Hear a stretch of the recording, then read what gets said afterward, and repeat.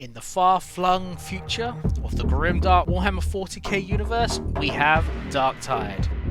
Darktide is a 4-player co-op game, and within this co-op game, you're basically a convict that's allowed to survive and gear up before then being shoved into a dropship called a Valkyrie, being sent down to the hive city of Tertium, where you're then introduced to the lovely residents of Nurgle, and then you basically have to hack, shoot, throw psychic lightning, grenades, and pretty much everything including the kitchen sink at your enemies and cry your way through the level, completing various different objectives until finally they send you down another Valkyrie, pick you up and take you back to the ship. So why buy Darktide? In my opinion, the first reason is immersion, and starting off with immersion is the visuals, and the visuals and graphics in this game are absolutely phenomenal. Everything from running around the Inquisitor's ship in the actual lobby itself, to when you're actually dropping down in the dropship, to actually fighting through the various different levels on the hive city. I mean, some of these levels are absolutely exquisite. And what adds to that immersion? Great voice acting. Not part of the Imperial Guard no more. Not after things went bad on Comlar. Within this game, you have basically 3 voice actors per class, per gender, and just listen to some of these lines.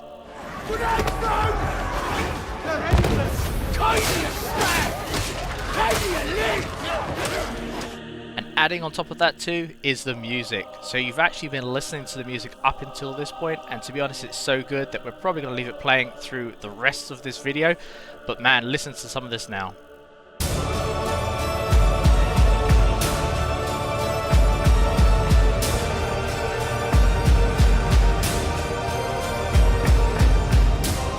Rolling all of that immersion together into a 40k universe setting, as well as adding in all the weapons you know and love you would expect from these different types of characters, putting it into a game that you can play a 4-player co-op with friends. And if you've ever been a fan for Left 4 Dead or the Vermintide series, you're going to love this game too. Not only that, but unlike the restrictions in some of those games, you can actually all play the same class, even on the highest difficulty, and still have a lot of fun. In addition to that too, Fatshark does have a good history about constantly improving their games as the months and years go by. So to balance things out, what's missing from Darktide at the moment? And I think the first and foremost thing missing from Darktide is maps. Because currently there is only 13 maps in the game, and this leads to it getting a little bit repetitive after a while too.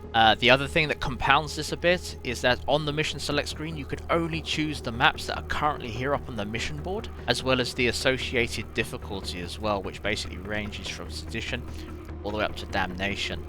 You're also constrained too by the global situations that come in, like for example like low intensity engagement zone. You can't, for example, put this on your favourite map on a very specific difficulty. You really do have to wait for it to be randomly put up on the board, select it, and then go in. Operatives or classes are going to be next. Currently, unfortunately, there are only 4 to choose from, and while these 4 are very fun to play, and they do have various different perks, it can again get a little bit repetitive. Next up is crafting. So the crafting system, unfortunately, is only half implemented in the game, with Rebless and Earn Blessing currently not there at this moment in time.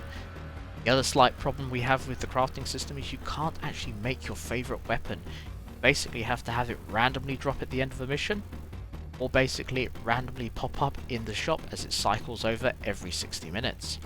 This leads us on nicely to the next area, which is the Armory Exchange. Now, the Armory Exchange is one of the 2 ways of actually being able to get weapons in this game.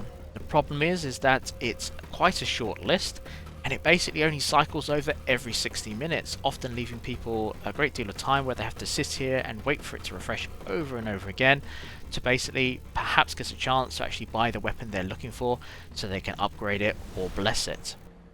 So what's actually coming up in Darktide?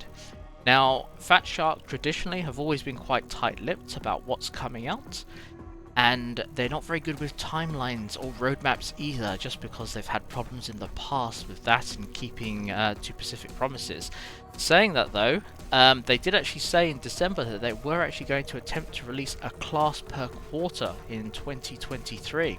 This does actually seem to be supported by data miners, as they found various different pieces of information around, for example, an Ogryn gun lugger, who's able to stagger or suppress enemies to be able to do more damage, as well as 2 different grenades types for the veteran as well as the zealot class, and also a new method of throwing knives instead of having a grenade for the psychic class too. So it is looking promising so far.